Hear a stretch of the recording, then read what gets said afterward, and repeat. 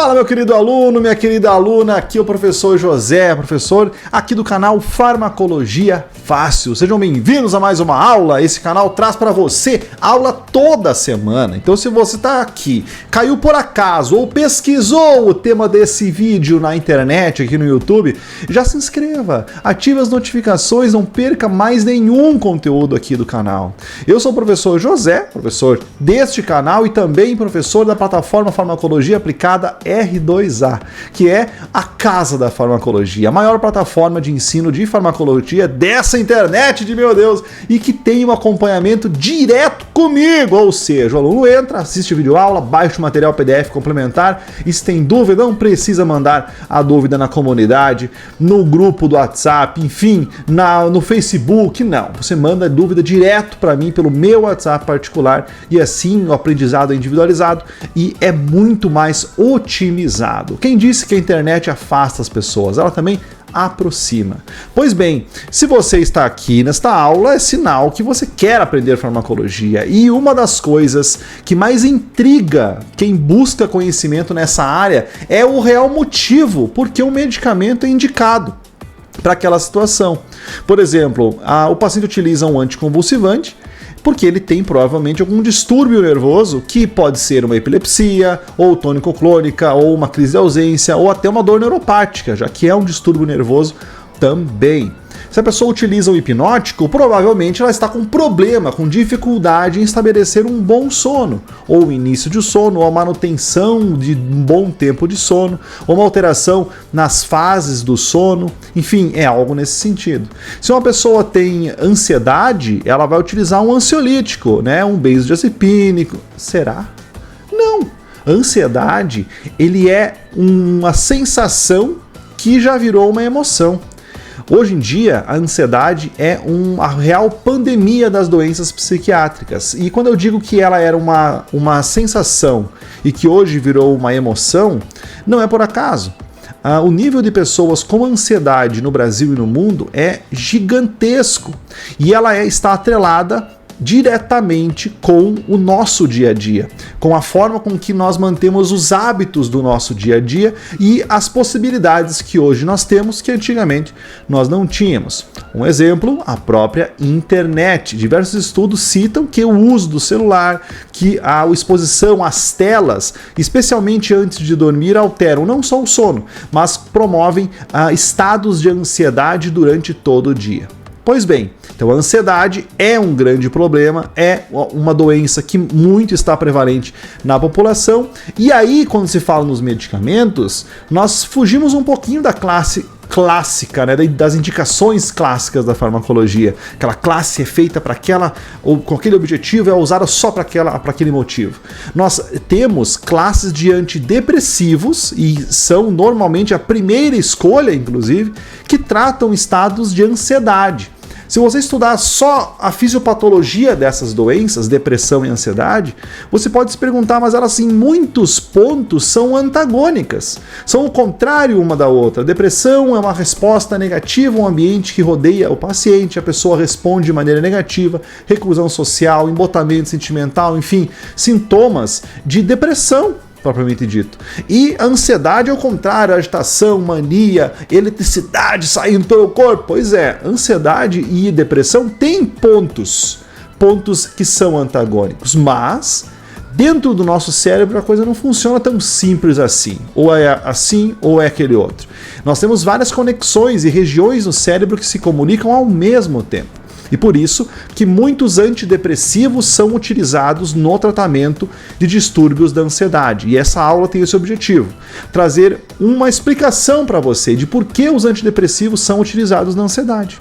Gostou? Então, vem para a aula comigo.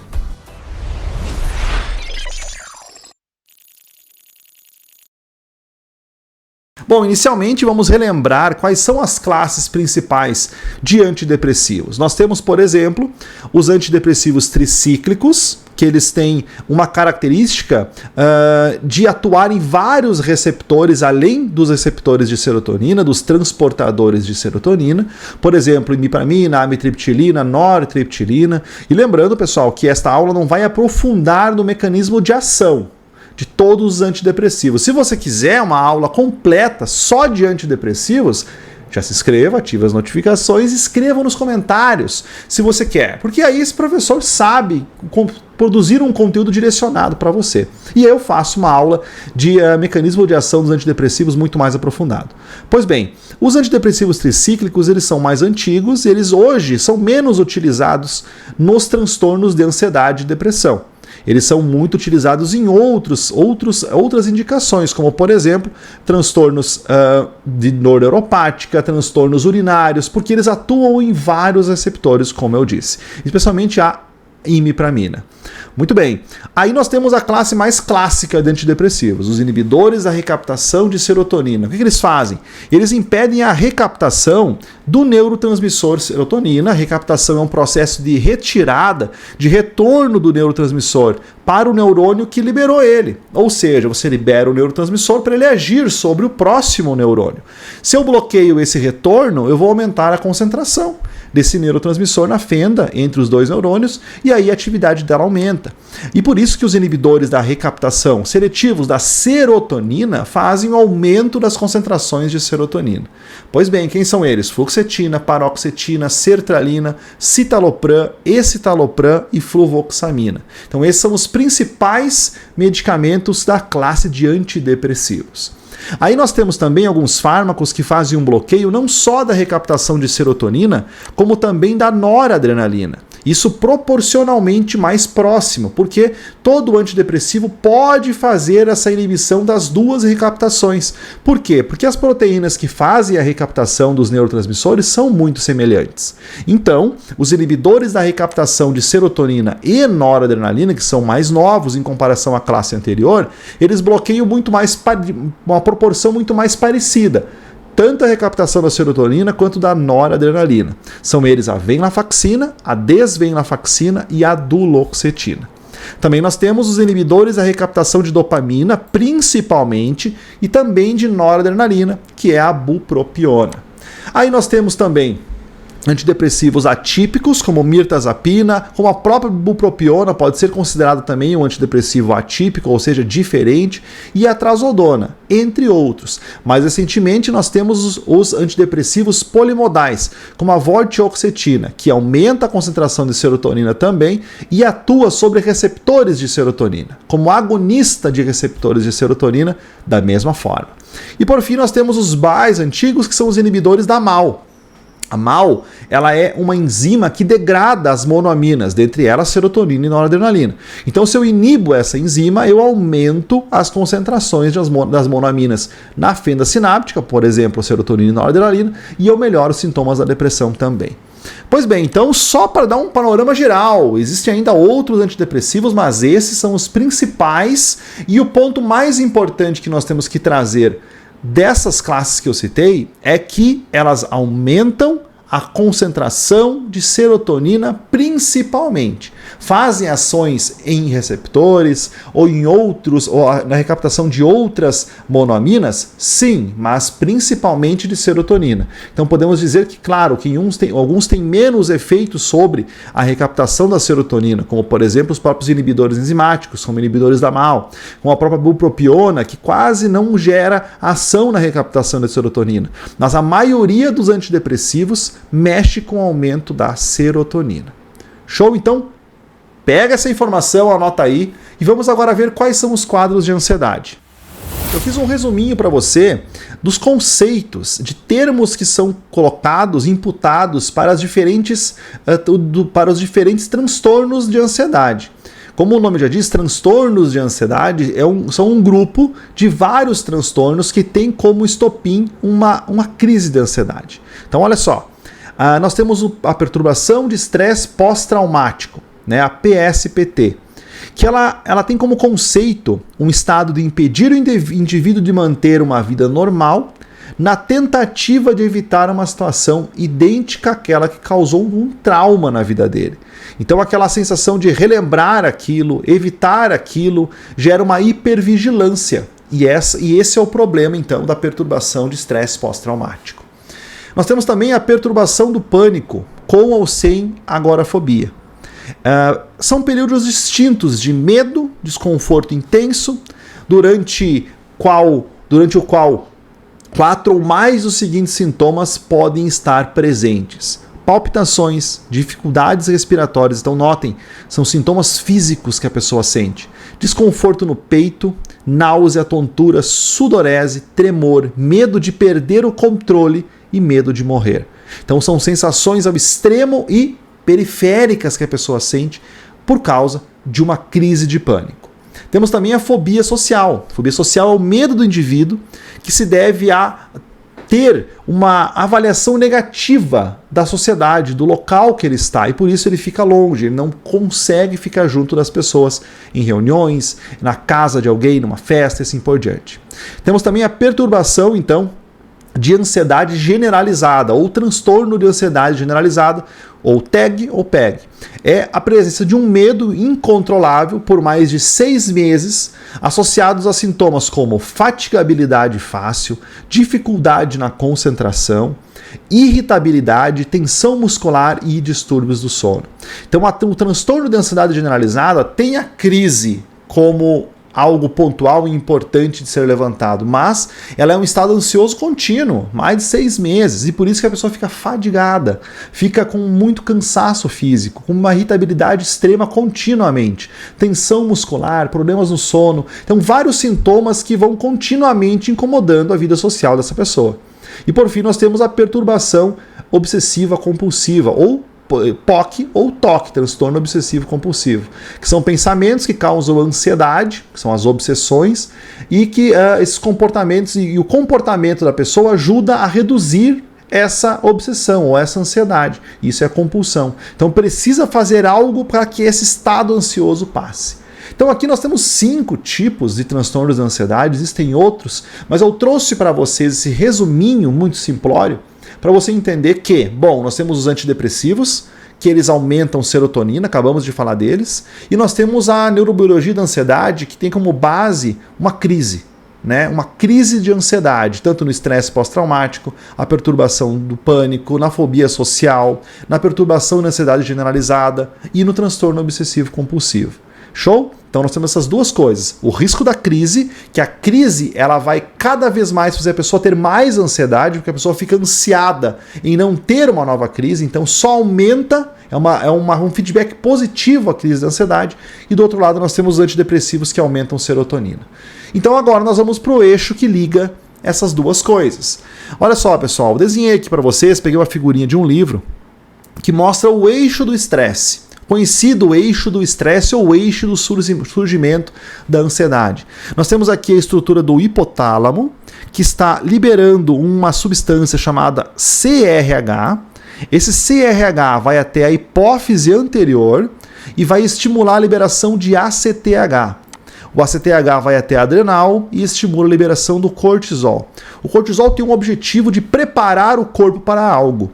Preparar o corpo para o dia ou preparar o corpo para uma atividade. Porque o principal efeito do cortisol é aumentar a glicose no sangue no primeiro momento. Então aumentar a energia. Então é a preparação do corpo para algo. Quando eu tenho que preparar o meu organismo para uma situação que eu preciso exigir dele, eu tenho ativação desse eixo. Então, mas eu tenho uma ligação direta do hipotálamo com duas estruturas que envolvem a nossa emoção. Então a amígdala e o hipocampo que é o responsável para a estabilização da memória de longa duração principalmente, e a amígdala para as emoções, e elas trocam informações, por isso que as nossas emoções, elas são parte da nossa memória emotiva sempre, né? A resposta emotiva nossa, ela é fruto de uma ligação com o que nós já vivemos, de emoções anteriormente. Então a amígdala e o hipocampo têm uma interação direta com o hipotálamo.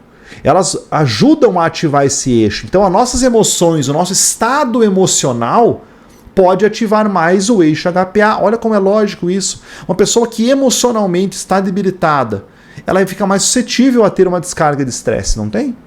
Pois então, aí está a ligação da amígdala e do hipocampo com o hipotálamo. Então, nós temos uma liberação de cortisol diariamente. Todo dia de manhã eu tenho liberação do cortisol, mas em momentos de estresse eu também tenho. quando eu preciso exigir demais do meu corpo e na minha mente, a amígdala e o hipocampo ativam o hipotálamo. A princípio, o hipotálamo tem que controlar a periferia, as nossas sensações sensoriais, mas tem um mandante de cima, amígdala e hipocampo, então eles fazem uma ligação, ativação do hipotálamo, por mais que eu não precise ativar o eixo HPA. Então eles acabam excitando o eixo HPA num momento de estresse, principalmente. Quanto mais eu tenho as emoções afloradas nesse processo, memórias emotivas fortes, mais eu faço essa ativação. E aí o cortisol no sangue, ele faz um feedback negativo. Ele tenta controlar a sua própria liberação. Tanto na nossa hipófise, ele volta para a hipófise e dá um aviso, né? Não libera mais cortisol, não libera mais CTH, porque senão, se eu aumentar no sangue, eu vou causar um problema. E ele volta para o hipotálamo e diz assim, ó, não libera mais CRH, porque senão a hipófise vai liberar demais a CTH e eu vou aumentar mais ainda, já é suficiente. Então ele volta para as estruturas que estimularam o eixo HPA e bloqueia a própria liberação. Mas ele também vai para o hipocampo. E lá no hipocampo, pessoal, ele vai até um momento, ele é bom. O cortisol, ele é bom no processo de estresse. Então por quê? Porque ele aumenta a resposta do corpo. Mas chega um momento que se eu tiver demais, eu tenho uma down regulation dos receptores, uma diminuição dos receptores de cortisol. E aí, pessoal, eu vou começar a perder neurônios, perder estruturas de ligação. Por isso que até um certo ponto o estresse é bom para o rendimento do organismo, mas depois de um tempo ele começa a prejudicar o nosso cérebro, prejudicar o nosso raciocínio. Tá, professor, então você explicou aqui, né? E a ansiedade, ela é fruto de várias ativações desse eixo. É uma das explicações do surgimento da ansiedade, né? A ativação sucessiva e contínua do eixo HPA modula o nosso sistema nervoso central e começa a ter respostas intensas a todo momento até desencadear uma crise. Show? Muito bem, então aqui eu expliquei uma das hipóteses do surgimento da ansiedade. Mas e aí? Cadê o antidepressivo na história? Bom, se eu aumentar a serotonina, que é o objetivo do antidepressivo, eu vou principalmente aumentar nos núcleos da RAF, que é a casinha onde mora boa parte da serotonina no nosso sistema nervoso central. E aí, pessoal, essa serotonina, num primeiro momento, ativa a amígdala e o hipocampo. As regiões do sistema límbico, da amígdala e do hipocampo. Então, esse efeito de ativação que a serotonina faz resulta no corpo em uma resposta ansiogênica. Ou seja, aumenta o estímulo de todo esse eixo. O que é comum. Pense que lógico, quem usa antidepressivo não tem efeitos adversos no primeiro, na adaptação da dose, na titulação da dose, ou no estabelecimento de um tratamento inicial, 2, 3 semanas iniciais, não tem falta de ar, boca seca, bocejo, momentos de ansiedade, taquicardia, dificuldade do sono. Pessoas diferentes respondem de maneiras diferentes. Mas o aumento da serotonina, especialmente no primeiro período do uso do antidepressivo, tem um efeito ansiogênico no sistema. Então eu tenho isso, só que os receptores se adaptam, a concentração de serotonina se adapta e esse efeito começa a diminuir com o tempo. Claro que cada pessoa é uma pessoa. Tem pessoas que não conseguem parar de aumentar o peso pelo efeito do antidepressivo. Tem pessoas que não passam a taquicardia, tem pessoas que não conseguem continuar porque não conseguem dormir. Então cada pessoa responde de um jeito, mas na média, as primeiras semanas são de adaptação, tem efeito ansiogênico, mas logo passa.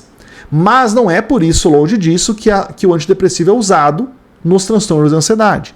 Um dos grandes motivos é que a mesma serotonina que ativa o eixo HPA num primeiro momento, ela desativa uma região do cérebro chamada de matéria cinzenta periaquedutal dorsal, MCPD. Uma região, pessoal, que é responsável por ativar a resposta de crise de ansiedade na interpretação de um perigo iminente. Então essa região é que recebe disparos nervosos de um perigo iminente que está sendo criado por uma questão emotiva e desencadeia a crise. Então, pense só. Então uma crise por ficar no meio das pessoas. Se a pessoa olhar de fora, quem não tem ansiedade, pensa, nossa, isso é bobagem, né? O que é muito errado, mas as pessoas pensam. E essa sensação de que aquilo é estranho, ela significa que realmente é uma situação que, para na maioria das pessoas, não é concebível. A pessoa não precisa ter medo de ficar no meio de outras pessoas. Só que para o cérebro da pessoa que tem um transtorno, por exemplo, fobia social, aquilo é um perigo iminente. que para uma pessoa que não tem seria um ataque de um leão, por exemplo, sei lá, um avião caindo em cima de você, sei lá.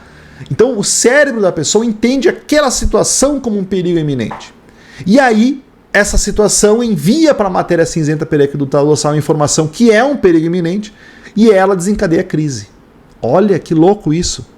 E aí a serotonina, em grandes concentrações, bloqueia essa região. Então, por mais que meu cérebro está interpretando aquela situação como um perigo iminente, eu vou ter menos crises de ansiedade porque eu tenho essa inibição da serotonina sobre a MCPD.